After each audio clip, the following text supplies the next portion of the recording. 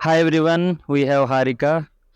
She's the Uipath MVP 2024 and she's a super duper YouTuber and you all know. So hi Harika. Hi, Nikhil. So how are you? I'm so good. How are you? I'm going good.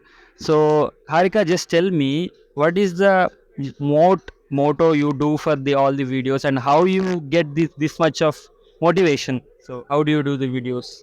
Okay, so if I have to start it actually, so initially when I started exploring, I have seen people who are really curious coming up to me and asking, how I have done such, particular use case or something of that sort.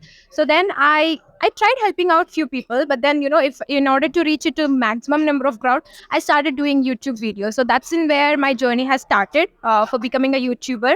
Yeah. And yes, I need to say this. So Harika videos are very famous for some of the topics like APIs, and because she always comes up with the new content which is not available in the YouTube or which is not available in the different platforms. So Harika, congratulations for that, and all the best for 2024. Thank you so much, Nikhil. Nice to thank you.